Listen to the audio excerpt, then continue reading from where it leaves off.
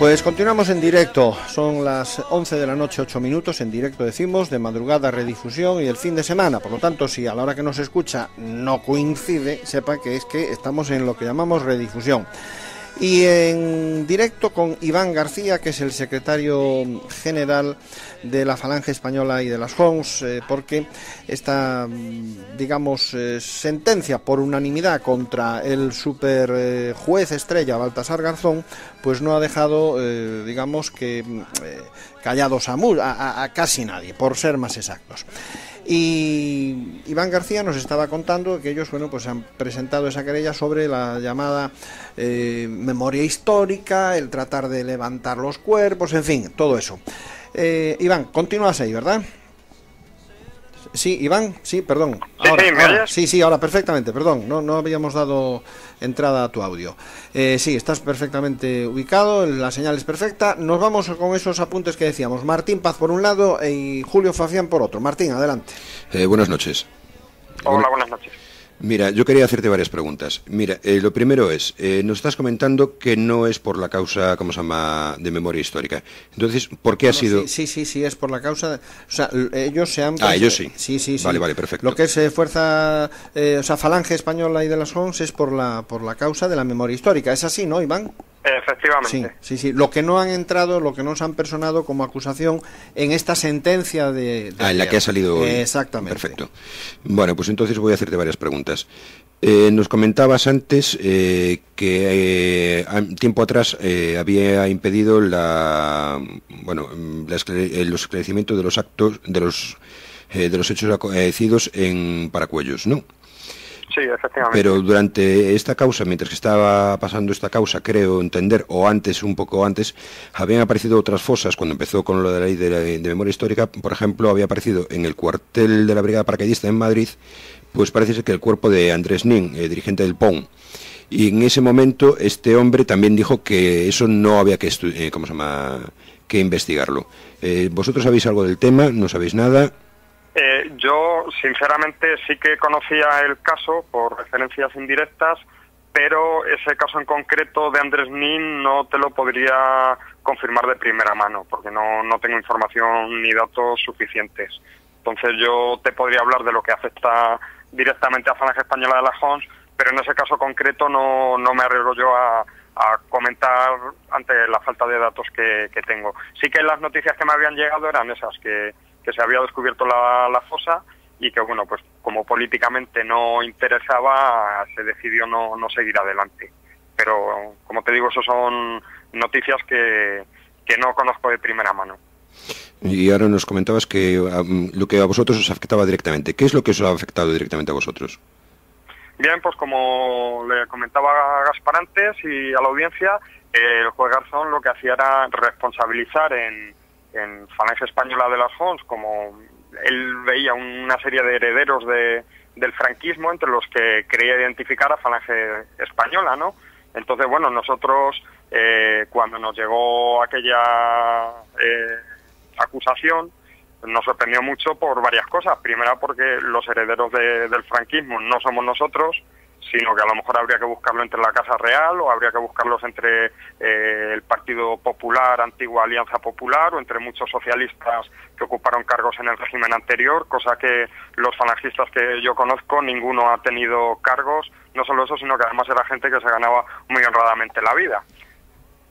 Dicho esto, nosotros lo que hacemos es un escrito de desvinculación de esas acusaciones y organizamos nuestra defensa jurídica. El juez, que se declara competente, porque esto es un hecho muy interesante, hay un acuerdo del Pleno de la Sala Penal de la Audiencia Nacional, en el cual 14 votos a favor frente a 3 en contra acuerdan que el juez Garzón no es competente. Es decir, que todas estas investigaciones del magistrado van pasando por una serie de filtros jurídicos y él no los respeta. El juez, al margen de este acuerdo, se sigue declarando competente y es cuando ya pues se sigue adelante con el proceso judicial. Claro, que un poco la clave está ahí, ¿no? Que a él se le dijo, usted no entre en este terreno, y él dijo, yo entro en este terreno, ¿no? Claro, efectivamente, pero es que además se declara competente, pero se inhibe en favor de los tribunales territoriales de justicia. Entonces, claro, es como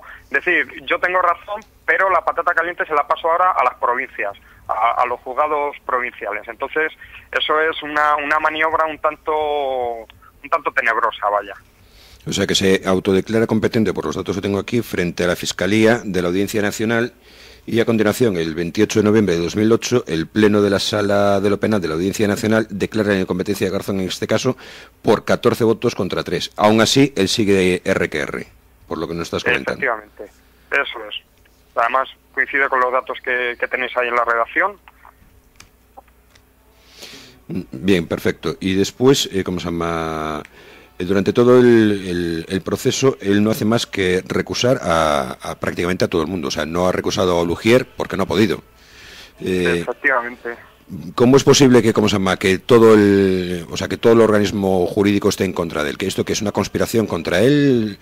¿O es que la gente le tiene manía? ¿O es que realmente ha sido tan grave la cosa que no tenía por dónde salir?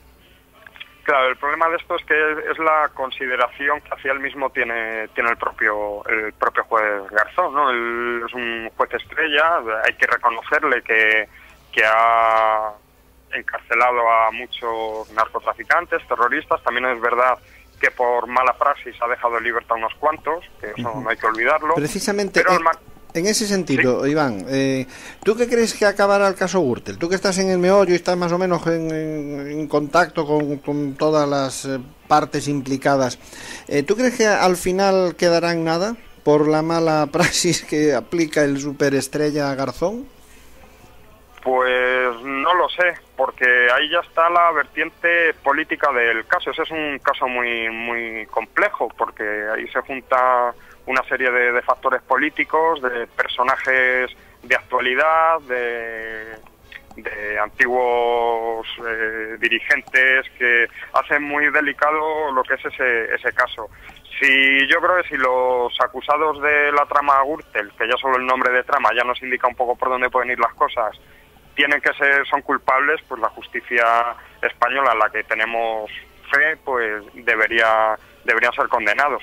Si son inocentes, pues hay que respetar las decisiones judiciales, como hubiéramos respetado nosotros que al juez Garzón le hubiesen absuelto. Claro. Una cosa es que uno no comprenda las resoluciones, pero otra es que las tiene que respetar por respeto al mandato legal. Pero tú sabes, Iván, que bueno, si una instrucción está mal hecha, pues ha habido casos ya instruidos por el juez superestrella Baltasar, ex juez Baltasar, ex juez, vamos a dejarlo muy claro, esto dejémoslo clarito para que no haya malentendidos. Ex juez Baltasar Garzón, pues creemos que ha habido casos que ha instruido y que se han ido al garete por la mala instrucción.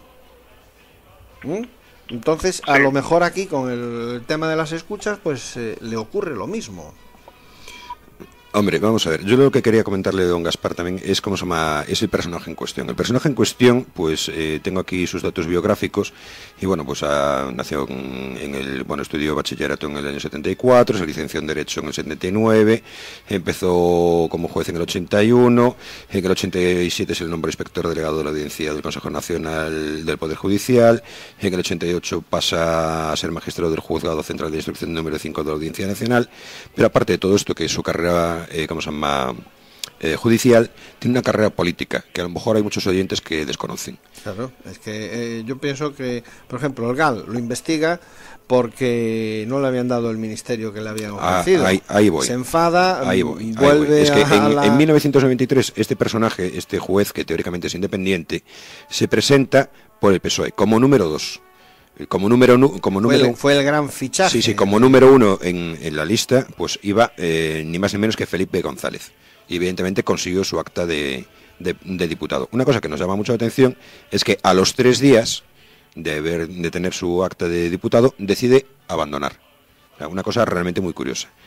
Y después hay dentro de su trayectoria judicial, pues tiene operaciones bastante curiosas, ¿no? Entonces tiene pues varias del narcotráfico muy famosas, donde ha metido mano, pues evidentemente en el caso Nécora, que hacía falta. Y lo que reconocía Iván García, efectivamente, que ha habido casos que sí que ha tenido. Donde metió entre rejas al famoso Laureano Ubiña, o en la Operación Pitón, donde